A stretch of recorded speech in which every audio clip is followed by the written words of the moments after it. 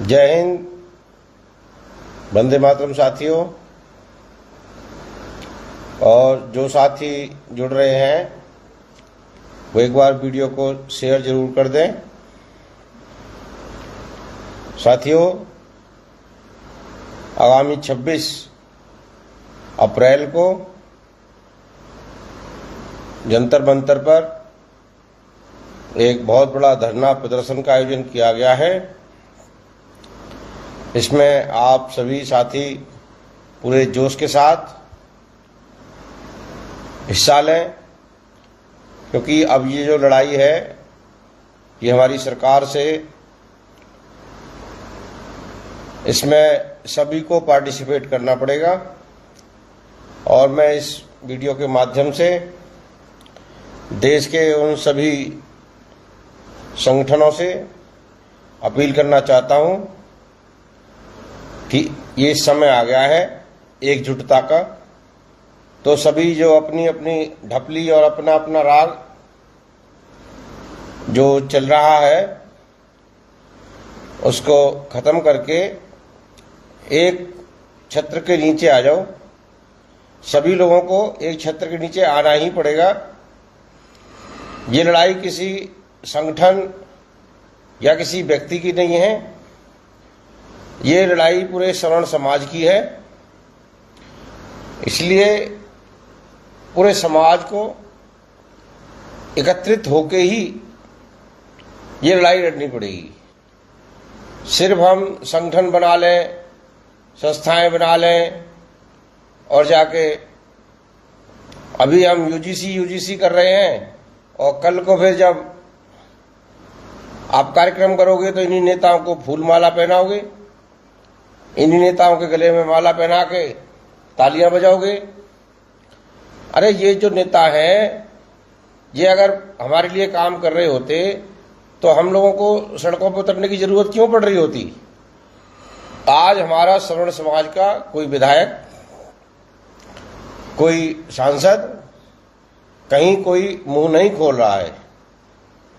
और जो हमारे जितने संगठन हैं, सारे संगठन अपनी अपनी डपली और अपना अपना राग, सबका एक ही सिस्टम है कि दूसरे का कोई मतलब नहीं है। ये सोचते हैं भाई हमारा संगठन काम करे, हमारा संगठन पॉपुलर हो जाए, हमारी ये चीजें हो जाए। हम पिछले 15 साल से मैं इस आंदोलन से जुड़ा हुआ हूं। इसमें मैंने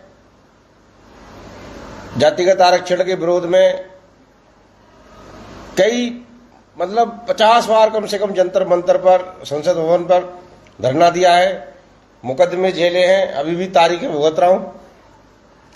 इस 15 साल में सिर्फ मैंने संगठन और संगठन में से संगठन और संगठन के राष्ट्रीय नेता और राष्ट्रीय अध्यक्ष, बस यही होता आ रहा है।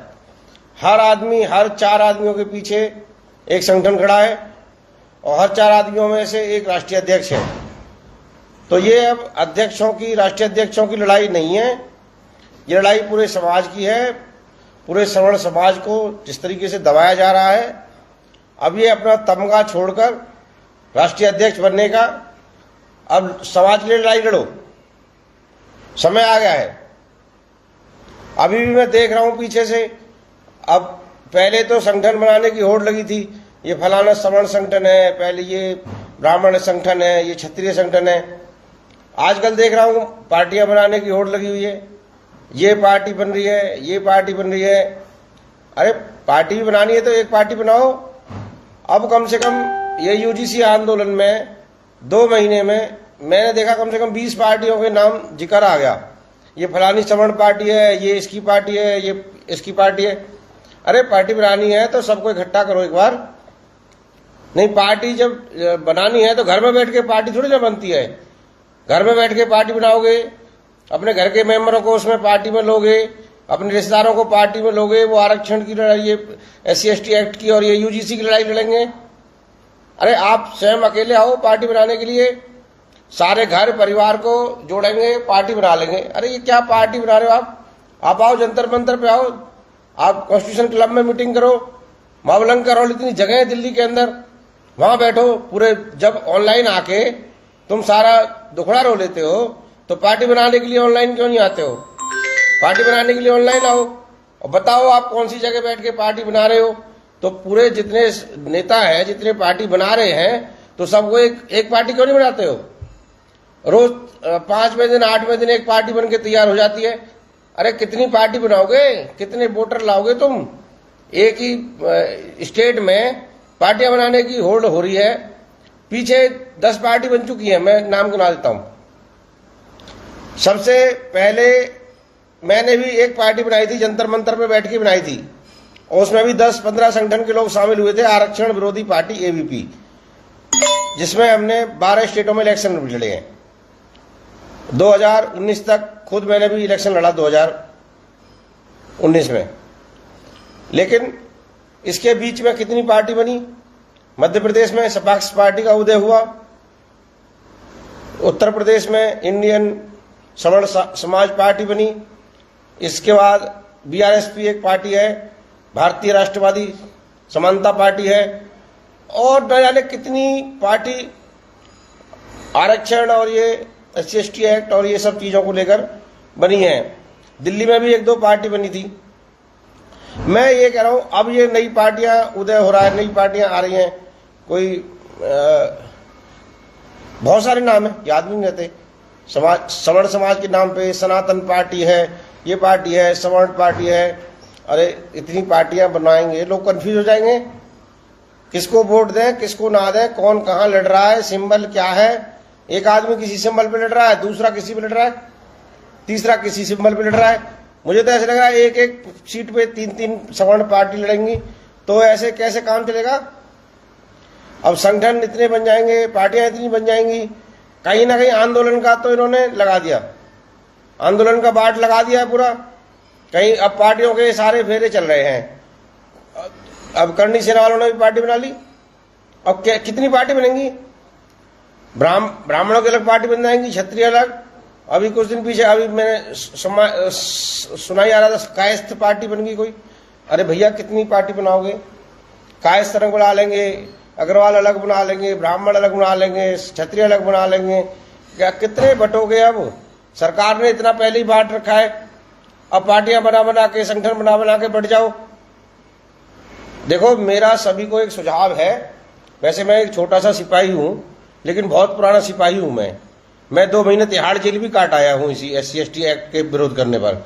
मैं सिर्फ ये कहना चाहता हूं कि आप जितने भी लोग पार्टियां संगठन बना रहे हो, या तो आप एक झंडे के नीचे आ जाओ, सब एक झंडे के नीचे आ जाओ। किसी को अलग अलग से पार्टियां रजिस्टर्ड कराने की जरूरत नहीं है। पहले एक जगह आ जाओ, मीटिंग कर लो। अगर मीटिंग तुम्हारे बस की नहीं है तो मैं कर लेता हूं, मैं बुलाता हूं सबको, आप आ जाओ। 26 अप्रैल को जंतर मंतर पे आ जाओ आप।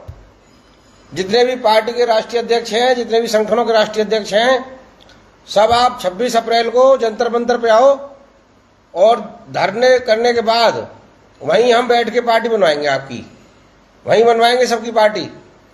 आप ऐसे अलग अलग फेसबुक पे पार्टी बना बना के लोगों को कंफ्यूज ना करो, लोगों को मत समझाओ कि भाई ये क्या रायता फैला रहे हो आप लोग। सारे के सारे 26 तारीख को सारे पार्टी अध्यक्ष, सारे राष्ट्रीय अध्यक्ष जो भी हैं, सब 26 अप्रैल को जंतर मंतर पहुंचो, और जंतर मंतर पे बैठ के फिर वहां बैठ के पार्टी बनाओ, सबको एक साथ लो। ये नहीं है अपने घर परिवार के लोगों को उठाया पार्टी बना ली, रिश्तेदारों को उठाया पार्टी बना ली, अपने गांव, एक गांव की पार्टी बन गई। अरे एक गांव के ही तुम 100 आदमियों की पार्टी बना दोगे, बाकी पूरे देश में तुम इंडिया पार्टी चलाओगे। सारे लोग ऐसे अलग अलग चलाएंगे, जब सारे लोग ऐसे ही चलाएंगे तो कैसे काम चलेगा? एक पार्टी बनाओ, एक झंडा, एक पार्टी एक झंडा होना चाहिए। नहीं तो हम तो भाई इसमें बिल्कुल अब हाथ खींच लेंगे पार्टी वाले काम में। नंबर 1 तो बात यह है कि हम इसको लड़ाई को अब लड़ना चाहते थे सिर्फ सिस्टम के खिलाफ। हम तो ये चाहते हैं कि बजाय राजनीति की और ये सब बातें करने के, आपके हमारी राजनीतिक लड़ाई है ही नहीं किसी से। हम तो ये कहते हैं कि आप सिस्टम बदलो। हमारी सत्ता परिवर्तन की लड़ाई थोड़े ना है, हमारी तो व्यवस्था परिवर्तन की लड़ाई है कि इस व्यवस्था को किस तरीके से परिवर्तित किया जाए, किस तरीके से हम सरकारों से लड़के जो हमारे ऊपर जो कानून थोपे जा रहे हैं उन्हें अपनी यूनिटी दिखाएं, उन्हें अपनी एकता दिखाएं, अपनी संख्या बल दिखाएं, जिससे कि वो लोग खुद डर जाएं और खुद ही अपना ये करना बंद कर दें।